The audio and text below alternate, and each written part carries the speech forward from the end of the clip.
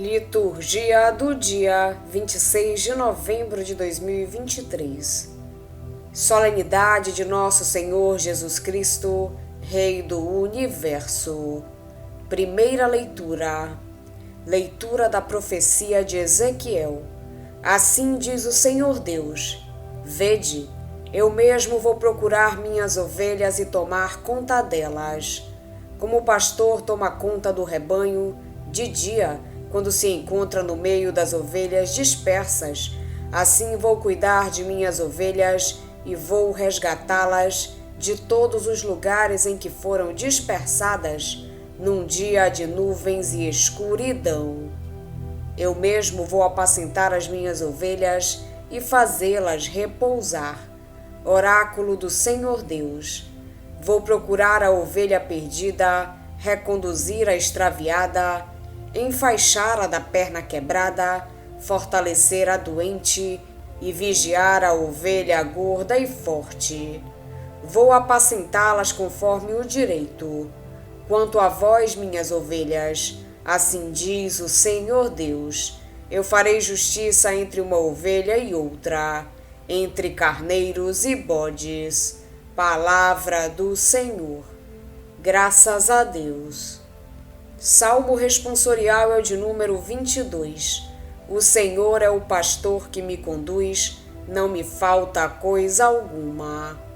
Pelos prados e campinas verdejantes, ele me leva a descansar.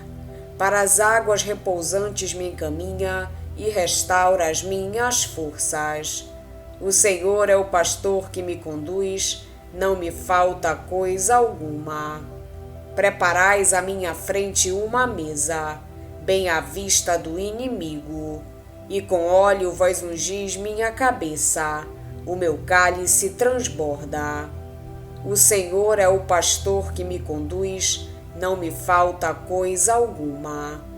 Felicidade e todo bem hão de seguir-me por toda a minha vida, e na casa do Senhor habitarei pelos tempos infinitos.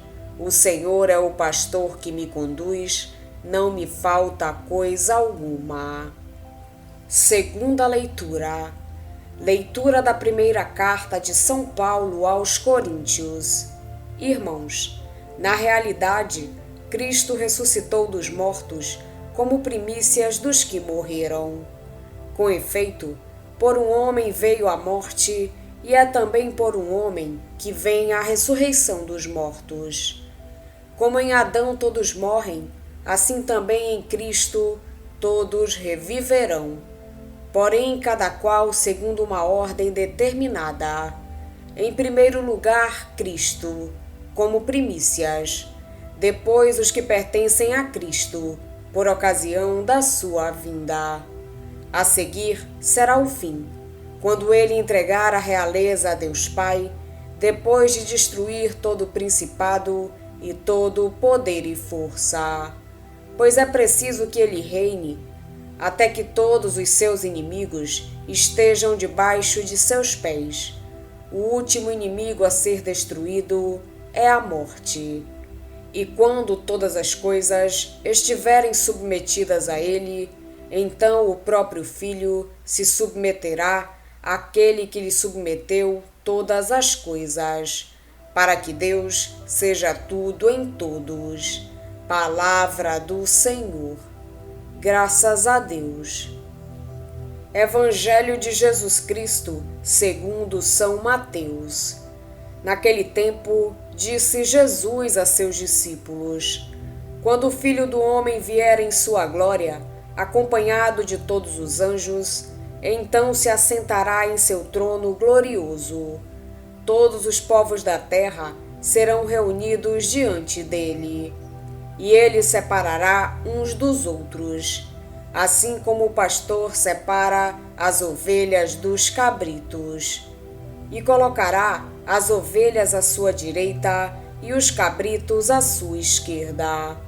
Então o rei dirá aos que estiverem à sua direita: Vinde, benditos de meu Pai, recebei como herança o reino que meu Pai vos preparou desde a criação do mundo. Pois eu estava com fome e me destes de comer. Eu estava com sede e me destes de beber. Eu era estrangeiro e me recebestes em casa. Eu estava nu e me vestistes. Eu estava doente e cuidastes de mim.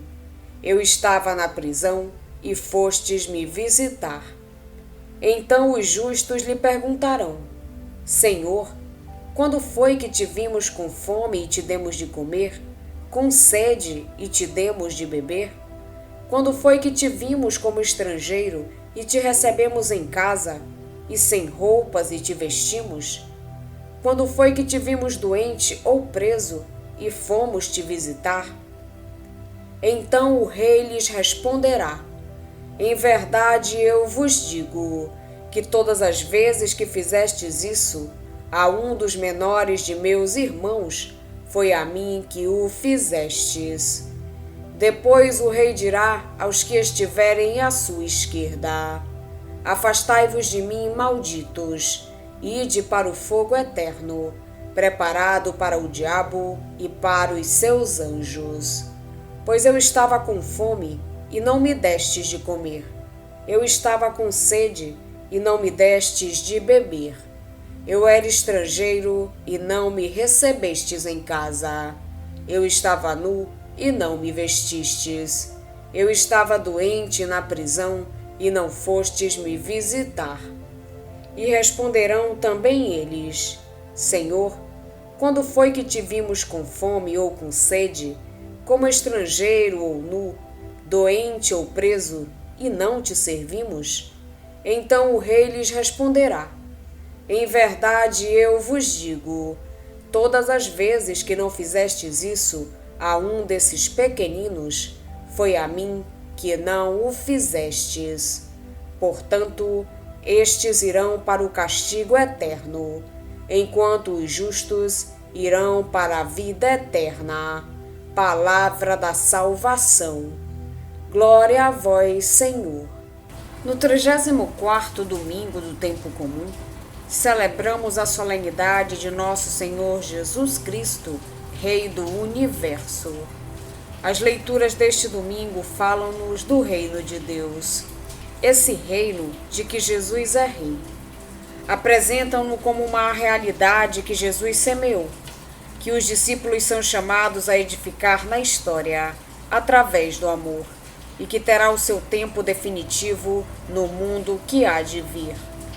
A primeira leitura utiliza a imagem do bom pastor para apresentar Deus e para definir a sua relação com os homens. A imagem sublinha, por um lado, a autoridade de Deus e o seu papel na condução do seu povo pelos caminhos da história.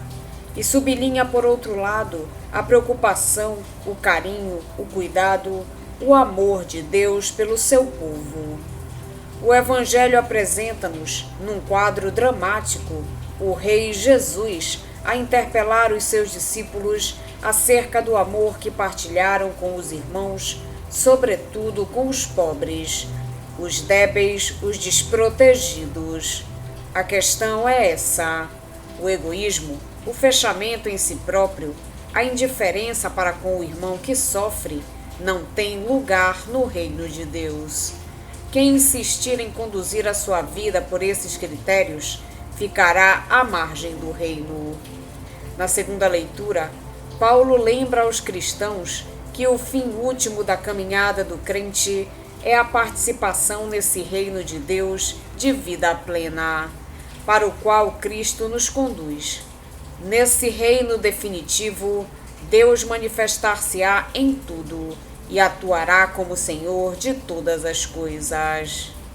Com respeito ao Evangelho, esta impressionante descrição do juízo final é a conclusão das 3 parábolas precedentes. A parábola do mordomo fiel e do mordomo infiel, a parábola das jovens previdentes e das jovens descuidadas e a parábola dos talentos. Tanto no texto que nos é proposto, como nessas 3 parábolas, aparecem 2 grupos de pessoas que tiveram comportamentos diversos enquanto esperavam a vinda do Senhor Jesus. O autor do texto mostra agora qual será o fim daqueles que se mantiveram e daqueles que não se mantiveram vigilantes e preparados para a vinda do Senhor. Mais uma vez, para percebermos a catequese que Mateus aqui desenvolve, temos de recordar o contexto da comunidade cristã a quem ela se destina. Estamos nos últimos decênios do século I, década de 80. Já passou o entusiasmo inicial pela vinda iminente de Jesus para instaurar o reino definitivo. Os cristãos que constituem a comunidade de Mateus estão desinteressados, instalados, acomodados. Vivem a fé de forma rotineira, morna, pouco exigente e pouco comprometida. Alguns, diante das dificuldades, deixam a comunidade e renunciam ao Evangelho. Mateus, preocupado com a situação, procura revitalizar a fé, reacender o entusiasmo, entusiasmar ao compromisso.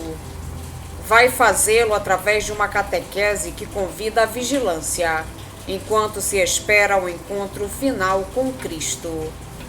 No texto que nos é proposto, Mateus mostra aos crentes da sua comunidade, com a linguagem veemente dos pregadores da época, o que espera no final da caminhada, quer aqueles que se mantiveram vigilantes e viveram de acordo com os ensinamentos de Jesus, quer aqueles que se esqueceram dos valores do Evangelho e conduziram a vida de acordo com outros interesses e preocupações.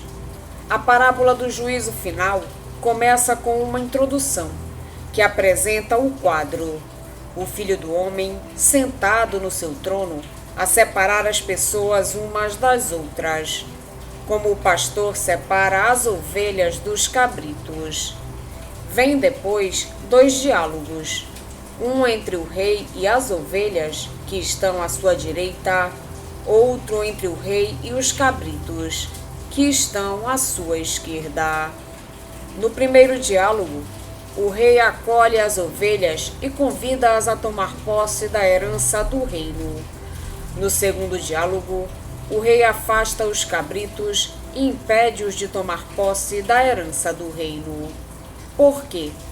Qual é o critério que o rei utiliza para acolher uns e rejeitar outros? A questão decisiva parece ser, na perspectiva de Mateus, a atitude de amor ou de indiferença para com os irmãos mais pequenos de Jesus, que se encontram em situações dramáticas de necessidade. Os que têm fome, os que têm sede, os peregrinos, os que não têm o que vestir, os que estão doentes, os que estão na prisão. Jesus identifica-se com os pequenos, os pobres, os débeis, os marginalizados. Manifestar amor e solidariedade para com o pobre é fazê-lo ao próprio Jesus. E manifestar egoísmo e indiferença para com o pobre é fazê-lo ao próprio Jesus. A cena pode interpretar-se de 2 maneiras, dependendo de como entendemos a palavra irmão. Entendida em sentido genérico, a palavra irmão designaria qualquer homem.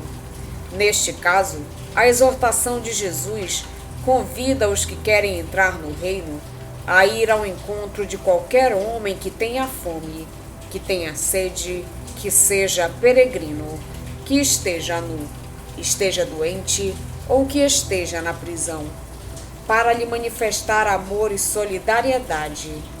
Entendida num sentido mais restrito, a palavra irmão designaria os membros da comunidade cristã. De qualquer forma, os 2 sentidos não se excluem, e é possível que Mateus se refira às 2 realidades.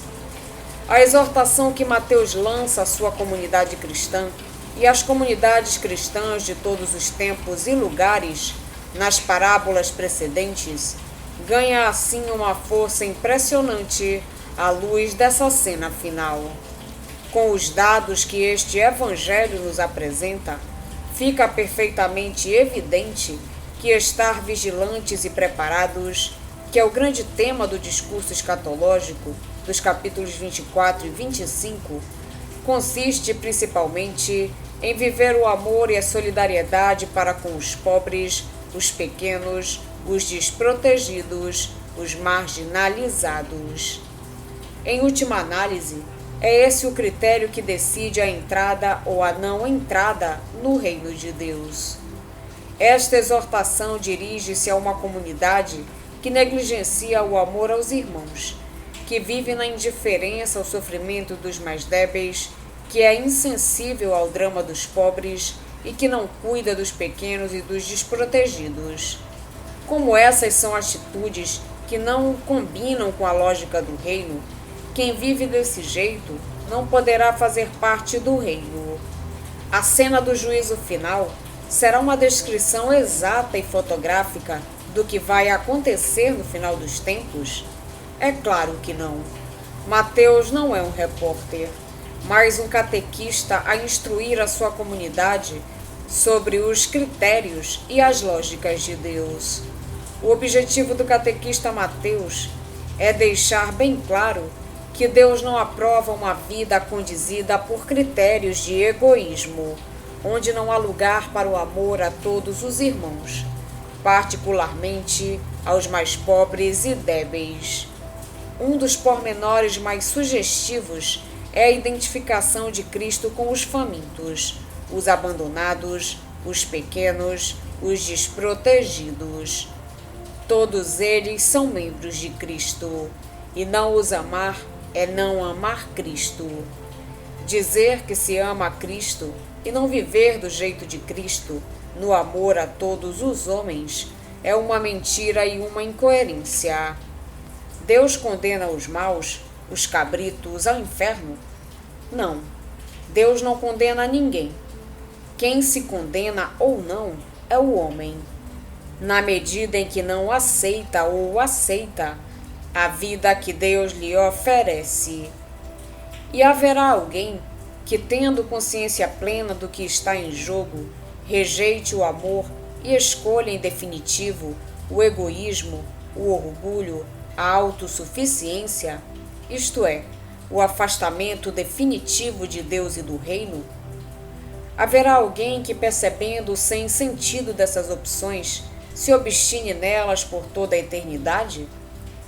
Então, por que é que Mateus põe Deus a dizer aos cabritos: afastai-vos de mim, malditos, para o fogo eterno, preparado para o diabo e para os seus anjos?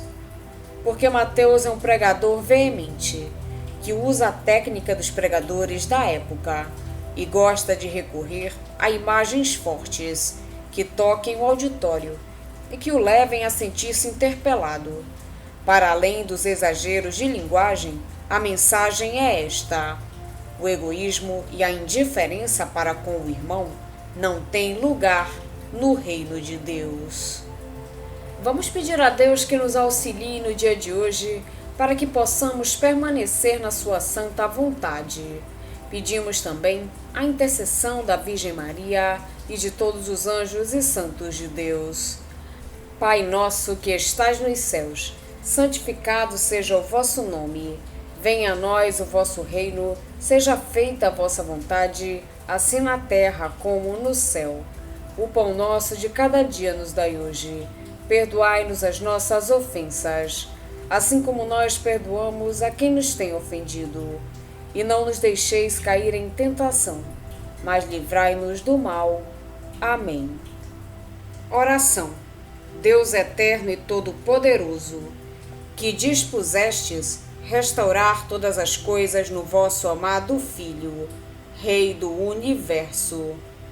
Fazei que todas as criaturas, libertas da escravidão e servindo a vossa majestade, vos glorifiquem eternamente. Por nosso Senhor Jesus Cristo, vosso Filho, na unidade do Espírito Santo. Amém. Estivemos reunidos em nome do Pai, do Filho e do Espírito Santo. Amém. Tenham todos um abençoado domingo. Fiquem na santa paz de Jesus. Se inscrevam no canal, deixem seu like e compartilhem essa mensagem com seus amigos. Um grande abraço e até o próximo vídeo.